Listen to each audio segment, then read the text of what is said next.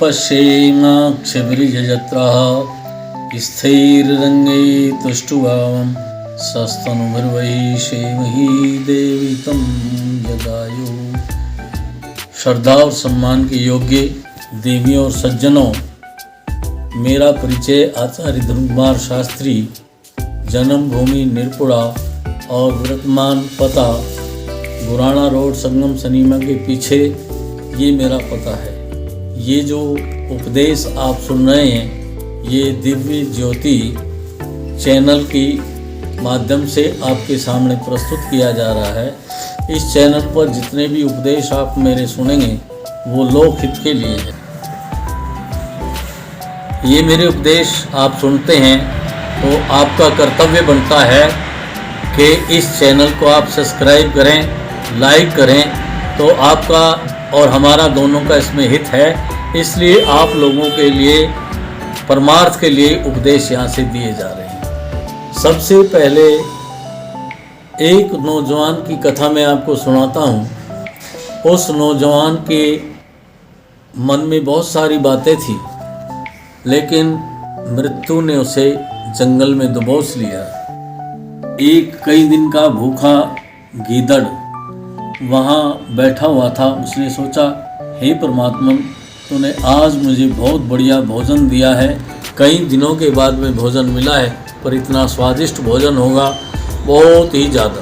तो ये विचार करके वो गीदड़ विचार करके उठा और सबसे पहले उसके हाथ को सूंघना चाहा।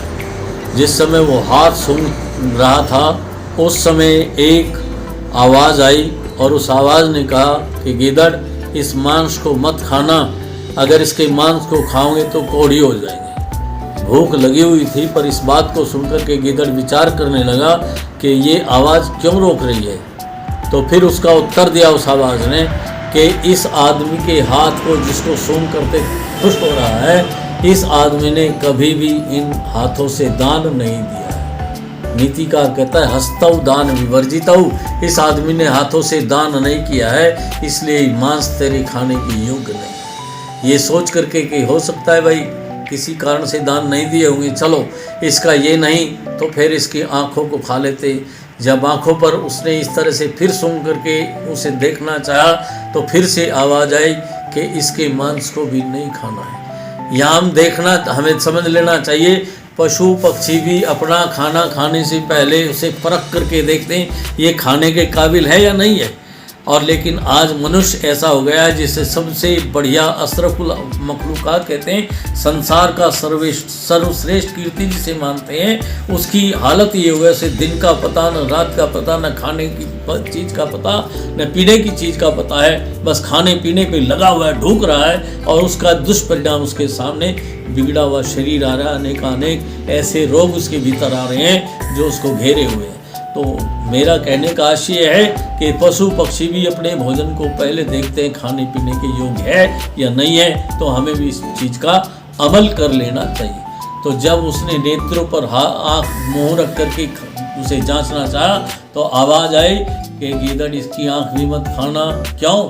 इसने कभी इन आँखों से वेद शास्त्रों का अध्ययन नहीं किया और न किसी महापुरुष के दर्शन किए हैं, इसलिए ये मांस भी तेरे खाने के योग्य नहीं है। सोचने लगा, रे मनुष्य होकर के किसी महान पुरुष के दर्शन भी नहीं किए। हमारे यहाँ दर्शनों का दोनों तरह महत्व है। साहित्य में दर्शनों का, जिन्हें हम शास्त्र कहते हैं, और वैसे दर्शन वैसे हैं। कभी कभी एक आदमी के साथ में ऐसी घटना घटती है, पूरा दिन बड़ा परेशान रहता है, न पानी की घूंट मिलती, न अन्न का टुकड़ा मिलता है। तो फिर वो क्या कहता है, सवेरे सवेरे किसी मनहूस के दर्शन किए होंगे जो न खाना मिला और न पानी नसीब हुआ। तो ऐसी धारणाएं लोगों की हैं, इसलिए दर्शनों का भी बहुत बड़ा महत्व। तो हम दर्शनों को भी समझें। उसने कहा किसी महापुरुष के दर्शन नहीं किए। चलो कान का मांस खाते, जब मांस खाने की बात आई तो कान पर भी वही आवाज़ आई। उसने कहा कि इसके मांस को मत खाना, इसने इन कानों से वेद शास्त्री आदों की जो है कोई अच्छी बातें नहीं सुनी, इसलिए मांस खाने के योग्य। फिर भी छेड़ जाता है, फिर जो है घूम फिर करके सारे शरीर पर, फिर वो पैरों की तरफ जाता है। वहाँ से भी आवाज़ आती कि सत्संग में नहीं गया है, ये पैर इनका मांस खाने के योग्य नहीं है। आखिर में वो सोचता है इसके पैर में, इसके पेट में तो बहुत गुदगुदा माल भरा हुआ है। अनेक प्रकार के मेवे, मिष्ठान, मिठाइयाँ खाई हुई हैं। उसमें मांस में बड़ा आनंद आएगा, इसे खाना चाहिए। फिर उसकी आवाज़ आई और उसने कहा कि इसके मांस को मत खाना, कोढ़ी हो जाओगे। ये सुन करके कान पक गए गीदड़ के, और उसने सोचा ये संसार का सर्वश्रेष्ठ मानव कहलाने वाला आदमी कितना कृतघ्न है। इसने हाथों से दान नहीं दिया, आंखों से किसी महापुरुष के दर्शन नहीं किए, कानों से अच्छी बात नहीं सुनी, और न ही सत्संग में गया, और पेट को भी अन्याय के दर्द से भरा हुआ है। हे आवाज़, तो सावधान होकर के सुन मेरी बात, मेरी भी घोषणा है। मैं इस मांस को खाऊंगा नहीं, भूखा मर सकता हूँ और मरना मुझे अच्छा लगेगा, लेकिन इसके मांस को खा करके कोढ़ी होना मेरे लिए अच्छा नहीं है। इसलिए नीतिकार कहता है, अधिकार पदम प्राप्तम यह न करोति उपकार है, अकार तस्य रूपेत ककार द्विताम वर्धेत। जो आदमी अधिकार और पद को प्राप्त करके किसी का भला नहीं करता, दूसरों का उपकार नहीं करता, उसके अधिकार में से ऐठ हट करके डोढ़ा हो जाता है, जिससे धिक्कार बनता है। अगर धिक्कार से बचना है तो आप जो हैं इस सिर को महापुरुषों के चरणों में झुकाओ, नेत्रों से अच्छी अच्छी पुस्तकों को पढ़ो, अच्छे अच्छे दृश्य देखो, और कानों से अच्छी बातों को सुनो, पेट को मेहनत के धन से भरो, और पैरों से सत्संग में जाकर के जीवन को सफल बनाओ। इस सफलता का सूत्र है, इस पर चलेंगे, आनंद होगा। मानव जीवन का उद्देश्य खाना पीना और मरना नहीं है। मानव जीवन का उद्देश्य है क्या? धर्म, अर्थ, काम और मोक्ष को प्राप्त करके आनंद लेना, परमात्मा की शरण में रहना। ये उन्नति का सोपान है। ओम शांति।